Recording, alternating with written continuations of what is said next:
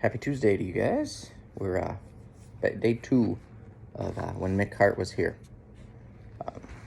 So, and in this one, I'm going to say a word that I usually don't like to hear, but it's part of the story, and it kind of conveys an emotion. So, it was after 7 when I finally heard the doorbell ring. I ran into the living room just as my father was coming inside. "How's Mick? Is he okay, Pop? Is he going to be all right?" My father didn't answer. Instead, he put his arms around me and pulled me close. Then he sort of cradled my head in his hand, real gentle, like I would break. It made me scared as anything. I tried to push away to see his face, but he wouldn't let it go.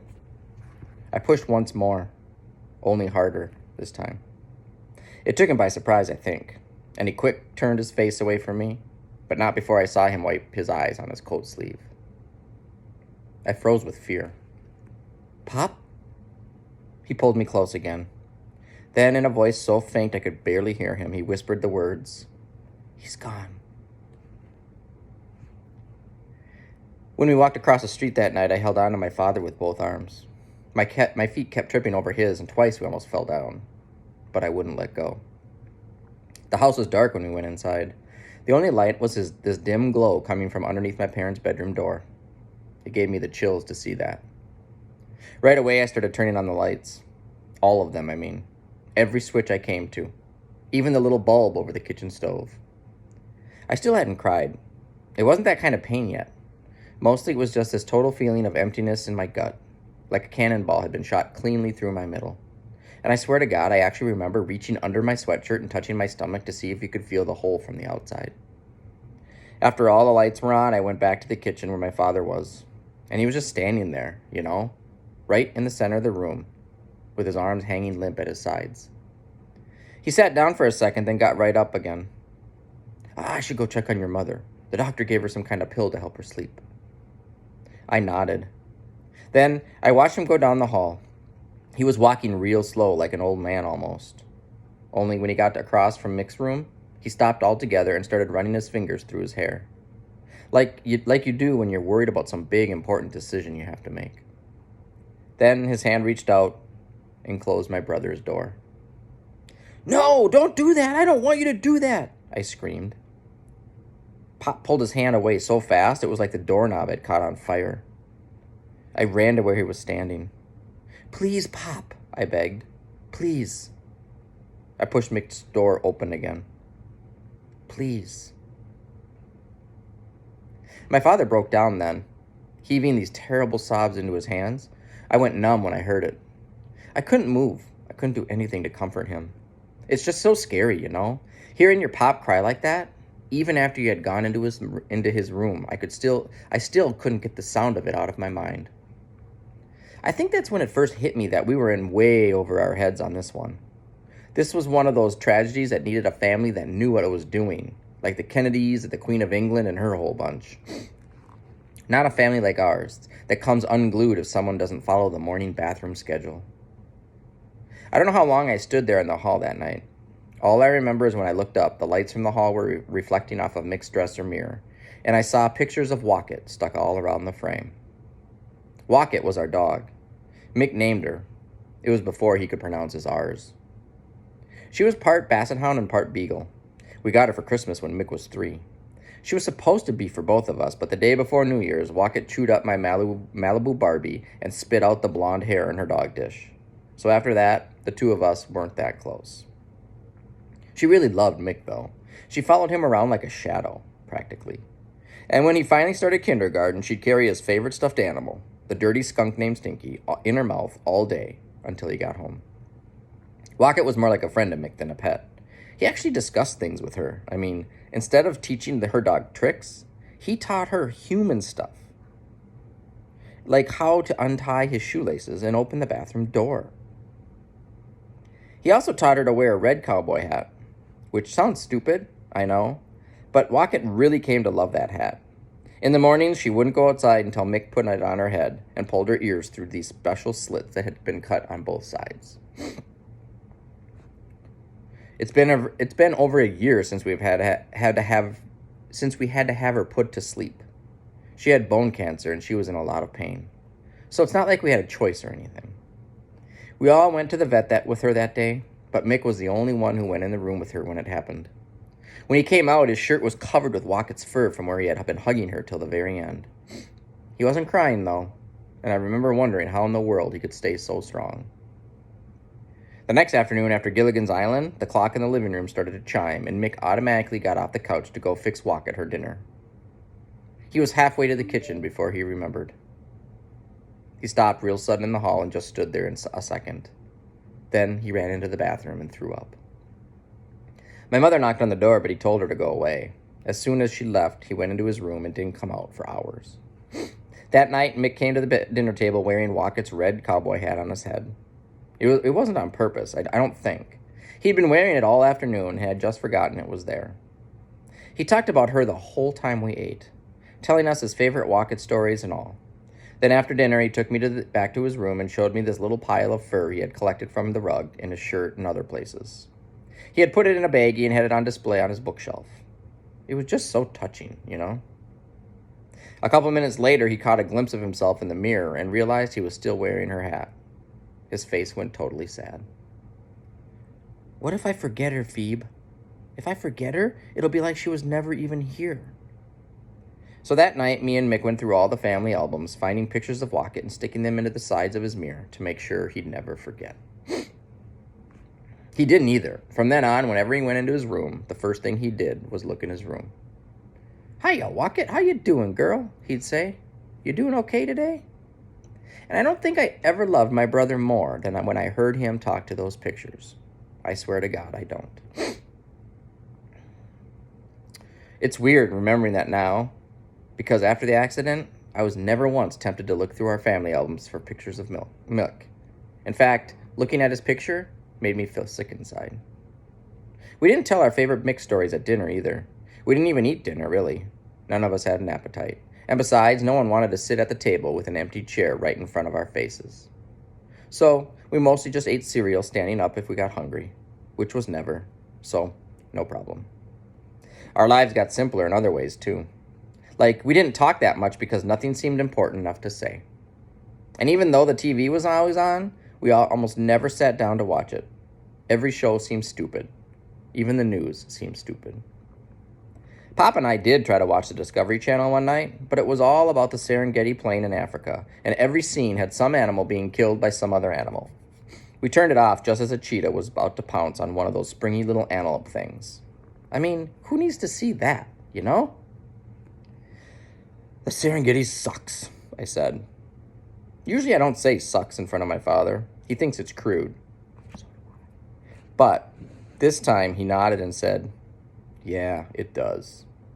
We both went to bed then. It was 8 o'clock. My mother was already asleep, by the way. The pills the doctor had given her were still working their magic. By the third night, her schedule had been pretty predictable. She'd take a pill right about 6:30, and she'd be out like a light by 7. I wouldn't see her again until 10 or 11 the next morning. She was in her pajamas all the time. She didn't comb her hair, and her face was always puffy from a combination of sleep and crying. It was pretty depressing. But I couldn't really blame her for wanting to be knocked out. I mean, grieving isn't exactly the kind of activity that makes you want to leap out of bed in the morning and get up at 'em. I used to think that when someone dies, the family stays real busy making arrangements. But for us, it wasn't that way at all. Since Mick had wanted to be cremated, it was going to be a few days before we'd have his ashes back for the interment. Another name for burial, I learned. Meanwhile, there was a memorial service to plan. But after only one meeting at the house with our minister, even that had been taken care of. We did get a lot of phone calls, though. Like, I talked to my Nana from Florida almost every day, practically. She was planning to stay with us after the memorial service, and she was all worried about idiotic stuff like plane arrivals and how long she should stay. But no matter who called or for what reason, sooner or later they almost always got around to saying something about God, and how he had a plan for Mick and all. That's when I'd say I had to go, and I'd hang up on them. I mean, forgive me, okay? But even now, I don't feel like giving God a big pat on the back for his wonderful plan. I answered the doorbell once in a while. It was usually a neighbor with food, which really killed me because, like I said, we had no appetite. But still, Mrs. Fisher brought potato salad, and Mrs. Penske brought a ham and potato casserole, and Zoe's mom dropped off potatoes au gratin, and Mrs. Davenport from Pop's work sent over something labeled mashed potato bake. Also, a woman I didn't know showed up at the door one night with lime jello in the shape of a heart. "Does it have potatoes in it?" I asked. She told me to go get my father. I didn't, though. Pop hadn't shaved for days, and his clothes were a wrinkly mess from being slept in. Plus, he had on slippery socks. And when anyone in your family is wearing slipper socks, when anyone in your family is wearing slipper socks, you pretty much have an obligation to keep the outside world from seeing them, I think. Not that I looked too good myself. I'm not saying that. Mostly I just wore sweats. The same ones I'd been wearing at soccer practice that day, actually. Only now, instead of running sprints, my main exercise was walking to the kitchen and pouring cereal I couldn't eat into a bowl, then dumping it down the garbage disposal and walking back to my room again. The nights were unbelievably long. I never stayed to sleep for more than an hour at a time. But I swear to God, I never knew how long the dark could last until the third night after Mick died. That was the night I cried so hard my stomach muscles hurt when I touched them, and my sheets and pillowcase got so soggy with tears and sweat, I got out of bed and lay on the floor till morning. I made it through, though, and looking back, I realized I probably even lost a pound or two. That's the upside of depression, in case you didn't know it. The weight loss, I mean. Nature balances out your grief by letting you slim down. Then at the funeral, people can say how good you look in your clothes and really mean it. Nature's real thoughtful that way. Ooh, sorry. Treasures. Zoe called me a lot and tried to talk, but I never had much to say. Gossip about school seemed totally stupid, and the really big stuff about the accident and all, well, it just felt pretty private, that's all. We did have one conversation, though. She called me after school on Thursday and told me Mrs. Berryhill had brought in this psychologist to talk to Mick's friends about the accident. He was called a grief counselor, which sounds totally depressing. But Zoe said he was kind of young, with longish hair, and he had on jeans. "You wouldn't believe how many kids showed up to meet with him, Phoebe. So many came we had to move out of a regular classroom and into the cafeteria." I think this is where I was supposed to act real delighted with the turnout or something. I didn't, though. I mean, we weren't exactly talking about a bake sale here. Zoe softened her voice. "All I'm trying to tell you is that you're not alone, Phoebe. A lot of his friends are hurting too. Like Danny Monroe kept blowing his nose the whole time. And Ricky Bowie had his hat pulled down so far you couldn't see his face." I rolled my eyes. "Nobody could even say Mick's name at first," she told me. "That's how bad it was. But then the counselor said that talking about him and saying his name were two of the ways we can sort of keep him with us, you know? And so we did it, Phoebe, all of us, at the same time. We all said Mick. You should have heard it. His name filled up that whole big room almost. And then we did it again. Only this time it was even louder. And the counselor said..." I hung up on her. I know it was wrong to do that, but I didn't care what the counselor said. And I didn't care about how much better everybody felt after saying his name. I didn't feel better. I would never feel better. Feeling better sounded almost disloyal, if you want to know the truth. And just to make sure I stayed as depressed and loyal as possible, I stopped in Mick's doorway on the way back to my room. I hadn't stopped there since the night of the accident. It just felt so different now, you know, so private and off limits. Like a church altar or a cemetery or something. His door was still open. Pop hadn't tried to shut it again. I looked in at all the stuff on his shelves. The tons of souvenirs and crap he had collected over the years. It was mostly junk, but Mick called them his treasures. That killed me. His treasures. Like on the first shelf of his bookcase, he had the stupidest autograph collection you'd ever seen. It was just these two old scraps of paper and a plastic cover. One of them was signed by Herb Fogg, the weatherman on Channel 3. The other was from some guy named Tweets, who had been dressed in a bird suit at a local pet store opening. The second shelf was where he kept his favorite paperbacks, joke books and mysteries mostly. It's also where he kept the ceramic eyeball he had made in art class one year. The day he brought it home, he snuck it into a package of defrosted chicken that my mother was fixing for dinner. You could hear her scream all over the neighborhood. God, that was funny, I said out loud. Over on his nightstand was the unopened cigar he had found in the street coming home from kindergarten one day. It was the kind that new fathers hand out when their wives have a baby. The kind that has "It's a girl" on the paper rubber band at the top. But at the time, Mick thought it meant the cigar was a girl, and he named it Helen. There was a fly swatter on his nightstand, too. It was part of a set, actually. The other two were hanging from a hook near his closet door. Mick had a thing about flies. I guess you'd call it. It started when he did a science report in 2nd grade and found out that when a fly lands on your sandwich, it vomits on your bread. After that, whenever he saw one, he pretty much went berserk until he killed it. He asked for the set of fly swatters for Christmas that year. He wanted 2 in his room. One was a backup, and another one that he could take to baseball practice and other outdoor activities during fly season. He called it his Mobile Field Unit, or MFU. The MFU didn't work out that well, though. It was way too long for his back pocket, and the swatter part kept rubbing on his shirt, which totally made him sick, because of the fly guts and all. So that's pretty much why we didn't have it with him at the Prickett's backyard 4th of July barbecue the next year. It turned out to be a mistake, by the way. All afternoon, this huge green fly kept landing on the baked beans, and for 2 solid hours, Mick stood at the food table, flailing his arms, screaming, "Get out of here! Be gone!" Seriously, he said, "Be gone." Mr. Morley came down the street and asked my mother if he was in therapy. The memory of that made me grin, and without even thinking about it, I walked into his room and put the swatter on the hook with the others. "You finally killed that sucker, remember?" I said. "It landed on Mrs. Prickett as she was refilling the potato salad, and you swatted her in the head with your flip-flop." I laughed out loud, and as soon as I did, my arms were instantly covered in goosebumps. Because I swear to God, for just a second, I had the most incredible feeling that somewhere Mick was laughing too. My mother was sitting at the table when I walked into the kitchen that afternoon.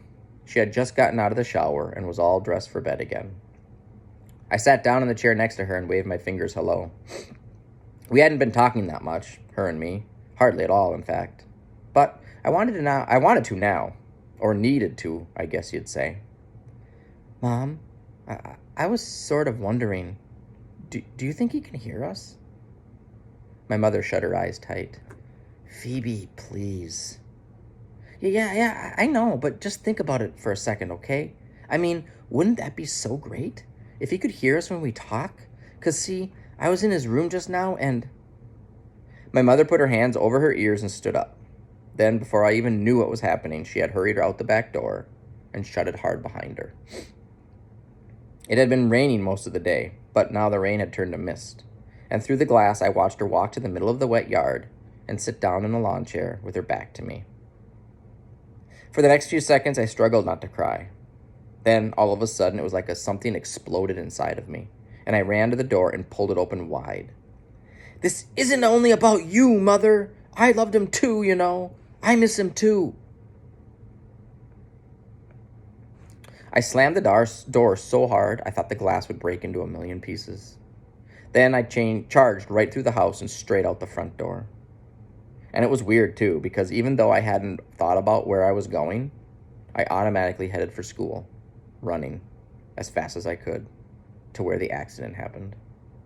It sounds morbid, I know it does, but all I wanted to do was feel close to my brother. And so in my mind, I wasn't running to the place he had died. I was just running to the last place he had been. Someone had placed a flower there. I started crying then. Not loud, I don't mean. There were just some tears. I brushed them away with the back of my hand, and without taking my eyes off the flower, I slowly sat down on the curb. It was dark. It was after dark when I finally got up and headed back home. I tend to be very rebellious at times. That's what it says in the comments section on my first grade report card. Phoebe tries to be very rebellious at times. I hated my first grade teacher, by the way. She tended to be an old bat at times. Still, I had to admit, I can get a little disobedient with authority figures now and then. Okay, I can get a lot disobedient, but the way I treated my mother after our little scene in the kitchen was an all-time low for me. I started saying Mick's name. At every opportunity, I mean. Not to her face, but if she was in hearing distance, I'd find a way to mention him to anyone I could, real loud, so she couldn't miss it. Like the next morning when this delivery boy from the florist knocked on the door with our millionth sympathy bouquet, I started blurting out all this stuff about Mick's favorite flower. "You probably think it's weird for a boy to have a favorite flower," I said. "But my brother totally loved this one called Venus's flytrap. Ever heard of it? It eats flies. It eats them alive, I mean. Mick sort of had this thing about flies, an obsession, you might call it. The boy started backing out of the driveway. I followed him out to the porch. They vomit on your bread, you know.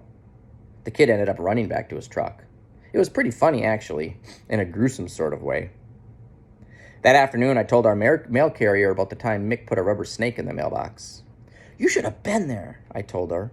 The guy screamed the S word and threw our mail all over the sidewalk. Our mail carrier didn't even crack a smile. Instead, she informed me that putting a snake in a mailbox was a federal offense, and she wrote my name down. You know, you people take your jobs way too serious, I said. When I shut the door, my mother was standing there looking at me. There were tears streaming down her face. Why are you doing this? Her voice sounded like a little kid's. Doing what? What am I doing? I tried to be as cool as anything, but inside I was filling up with this awful kind of shame I had never felt before. I left her standing there and went straight to my room. Then I curled up on my bed and my stomach tied itself up into a million knots as I thought about what I had done. There was no getting around it. I had flat out spent my entire day taunting my mother with her dead son's name. What's next, Phoebe? Want to try imitating his voice or running into her bedroom dressed in his clothes? Boy, that'd really get her, wouldn't it? I stared hard at the ceiling. God, how I hated this. All of it. Myself, my life, my new family of 3. Mick was dead, and in just a few days, we had all turned into people I didn't even know. My mother was a zombie, my father was some slob in slipper socks, and I was a jolly little monster who got my kicks by tormenting my mom with my brother's name. I clenched my fist. Okay, she says a naughty word, but I'm going to say it. Darn you, Mick. Darn you for doing this to us. I whispered, and then the tears started streaming down my face, too. I was still crying when I finally reached for the phone and called Zoe. Oh, Zoe, what's happening to me? I swear to God, I just don't know what's happening. On the other end of the line, you could practically hear Zoe rolling up her sleeves to get to work. We started talking then, really talking for the first time since Mick had died. Talking about my parents and the accident and how horrible and confused I felt inside. And missing Mick, of course. The conversation always came back to missing Mick and loving him and worrying about him. Mostly Zoe just listened, even when I started saying the same stuff over and over again. She acted like she was hearing it for the first time. I could always talk to her after that, too. Always. No matter what I was feeling. The interment of Mick's ashes was at 4:30 that same afternoon. We were home by 5. At midnight, I got out of bed and dialed Zoe's number again. I knew it would wake up her parents, but I didn't care much. After you've been to your brother's interment, waking people in the middle of the night doesn't bother you a bit. Zoe picked up on the first ring. Hello? I didn't say anything. She knew it was me, though. Me and Zoe sort of have a psychic thing going sometimes. Phoebe? I nodded. You okay? She asked. I took a shaky breath. No. She came right over. We got blankets from my bedroom and covered up on the living room couch so my parents wouldn't hear us. But even before we settled in, I had already started to tell her about it. It only took 10 minutes, I said. It was just a few prayers at the grave, and there were only 4 of us there. Just my parents and me and the minister. And, well, you know, the urn was there too. It was box-shaped, except it was made out of marble or granite or something. Small, though, like about the size of a shoebox, I'd say. Which is why it wasn't as sad as a regular funeral, I think. Because it was almost like he wasn't even there, you know? Like there wasn't a trace of him left, hardly. Only, see, that's what's starting to get to me. I mean, where is he, Zoe? Right now, right at this very minute. She looked a little confused. Well, he's in heaven, Phoebe. We talked about all that this afternoon, remember? Yeah, but what does that even mean, heaven? Because, see, I need to be able to put him somewhere, Zoe. In my head, I mean. I need to be able to close my eyes and picture him and know he's okay. And just saying the word heaven doesn't help that much. Because, like, what is heaven exactly? And where is it? And what do you do there? Zoe shrugged. Well, I don't know. I guess I always figured it was up, like in the clouds or something. I stared at her curiously. That's what you actually think, so? You actually think that after you die, you float up into the clouds? And do what? Sprout a halo and play the harp? She frowned. Don't make fun of me, Phoebe. It's just that I've never thought much about heaven's specific location, okay? And anyway, the important thing is that heaven is where God is. I rolled my eyes. Yeah, but that still doesn't tell me anything, Zoe. I mean, what does it look like there? And what in the world do you do all day? Things didn't get any better. Zoe said, you do God stuff. My mouth practically dropped open with that one. God stuff? What the heck is God stuff? You mean like right now you think Mick is reading Bible stories and going around saying peace be with you and junk? Because that's a little hard to believe, don't you think? Especially considering he got suspended from choir practice last year for tap dancing on the piano. Zoe flopped back on her pillow. Hey, I've got an idea. Why don't you just tell me what you want me to say and I'll say it. That way you don't have to keep mocking me. We didn't talk for a while after that. I'm sorry, okay? I said finally. I didn't mean to make fun of you. It's just that everyone seems to have all these easy answers. Only none of them make any sense to me. Like, my Nana from Florida keeps saying this is all part of God's plan for Mick, and we're not allowed to question the plan or think that maybe the plan stinks. We just have to accept it, period. The end. And my grandmother says that God must have needed Nick more than we did. Only, what kind of selfish God is that? To just snatch somebody away from the people who love him. Not to mention the fact that it's a little hard to believe that the most powerful being in the entire universe needs a 7th grader who can't even program a VCR without screwing up the TV. Zoe frowned in thought. So maybe your grandmothers are wrong, she said. Maybe Mick's accident wasn't planned at all. Maybe it was a real, honest-to-goodness accident and God is just as sad about it as everybody else. I nodded. Yeah, well, that's sort of what I've been thinking too. Only that would mean that God had no control over it. And if God has no control, then he can't be all that powerful, can he? Unless, of course, he makes it a rule not to interfere in lives or something. Or who knows, maybe there isn't a God at all. Only I don't even want to consider that option right now.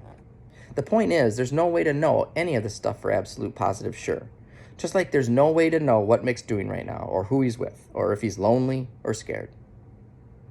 I stopped for a second. You don't think he's scared, do you, Zoe? Because I hate it when I think about that. But the idea keeps coming into my head, and I can't get it to stay away. Just then my throat began to ache the way it does when you're trying not to cry. Or maybe he's not even out there at all. I mean, maybe he's just gone, period. I swallowed hard. Oh, God, Zoe, I want so bad to know he's okay, but I keep trying to picture him in my head, and I can't, because I just don't know where to put him anymore. Zoe reached out her arms to me, and when she did, I caved in. Totally, I mean. I was sobbing out of control. She rubbed my back and waited for the worst of it to be over, and then out of thin air, these magical words came out of her mouth. Put him everywhere, why don't you? It stunned me when she said that. I don't know why exactly, but when I looked at Zoe's face, I could tell that she was almost as surprised as I was. She shrugged. It just sort of came to me, she said. But it makes sense, don't you think, Phoebe? Because like if God is everywhere the way they say he is, and Mick is with God, then Mick could be everywhere too.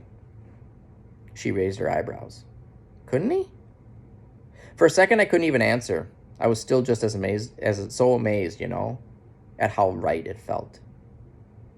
Then he could hear me, Zoe, I whispered, my stomach filled with butterflies. Slowly, I leaned back on the couch and tried to let it all sink in. At the other end, Zoe pulled the blankets up around her chin, and for a long time, neither of us said a word. I thought she had fallen asleep when I felt her tap me on the foot. Phoebe? Yeah? I could be wrong, you know. He could just be up in the clouds tap dancing on God's piano. I hit her with my pillow. All right, that's it for today. Have a good day.